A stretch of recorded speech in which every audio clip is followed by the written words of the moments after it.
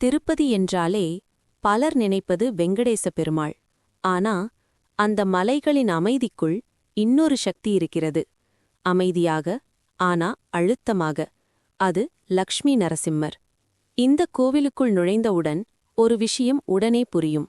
இங்கே கருணையும் இருக்கிறது, ஆனா அதற்குள் மறைந்திருக்கும் ஒரு உக்கிரமும் இருக்கிறது. நரசிம்மர். அவன் அவதாரம் எடுத்தது கோபத்தால். ஆனா அந்த கோபம் அழிக்க அல்ல, அரக்கத்தனத்தை நிறுத்த. திருப்பதி மலைப்பகுதியில் லக்ஷ்மி நரசிம்மர் சன்னதி பழமையானது. புராணங்கள் சொல்கின்றன, ஹிரண்ய கசிப்புவை அழித்த பிறகு நரசிம்மரின் உக்கிரம் அடந்தவில்லை. அப்போது லக்ஷ்மி தேவி வந்து அவரின் மார்பில் அமர்ந்தார். அந்த நிமிஷம் கோபம் கருணையாக மாறியது.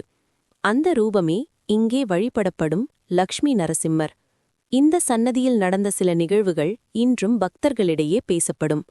ஒரு காலத்தில் ஒரு பெரிய வறட்சி. மழையில்லை, பயிரில்லை, மக்களின் மனதில் பயம்.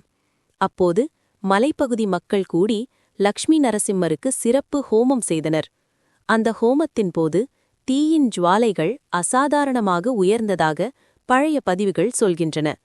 அடுத்த சில நாட்களில் மழை பெய்தது.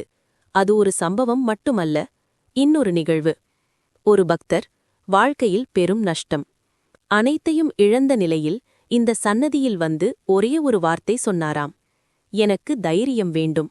அவர் கேட்டது பணமில்லை, வெற்றி இல்லை, தைரியம். அந்த நாள் முதல் அவரின் வாழ்க்கை மாறியது என்று அவர் குடும்பம் சொல்கிறது. இந்த நரசிம்மர் அருள் கொடுப்பதற்கு முன் ஒரு விஷயம் செய்கிறார். உன் பயத்தை உடைக்கிறார். அதனால்தான் பலர் இங்கு நின்று அழ ஆரம்பிப்பார்கள். அது துக்கமில்லை, அது உள்ளே அடக்கி வைத்த பயம் வெளியே வருவது. இந்த கோவிலில் ஒரு விசித்திரமான அனுபவம். கருவறைக்கு அருகில் நின்றால் இதயத் துடிப்பு மாறும். சிலர் சொல்வார்கள், மூச்சு கனமாகிறது. அது பயமா? இல்ல, அது ஒரு சக்தியின் அலை. லக்ஷ்மி தாயார் அவரின் மார்பில் அமைதியாக இருப்பது ஒரு குறியீடு. கோபம் கூட அன்பால் கட்டுப்படுத்தப்பட வேண்டும் என்று.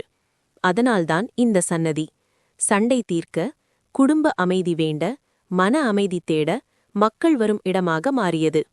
திருப்பதி லக்ஷ்மி நரசிம்மர் ஒரு உக்கிர தெய்வமல்ல, ஒரு பாதுகாப்பு சக்தி. அவர் அநியாயத்தை தாங்க மாட்டார், ஆனா உண்மையோடு வந்தவரை கைவிடமாட்டார்.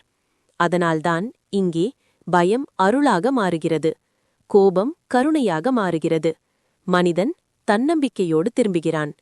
திருப்பதி மலைகளின் அமைதிக்குள் ஒரு சத்தமில்லாத கர்ஜனை. அது லக்ஷ்மி நரசிம்மர். இன்றும் காவல் காக்கிறார், அமைதியாக, ஆனால் அசைக்க முடியாத சக்தியுடன்.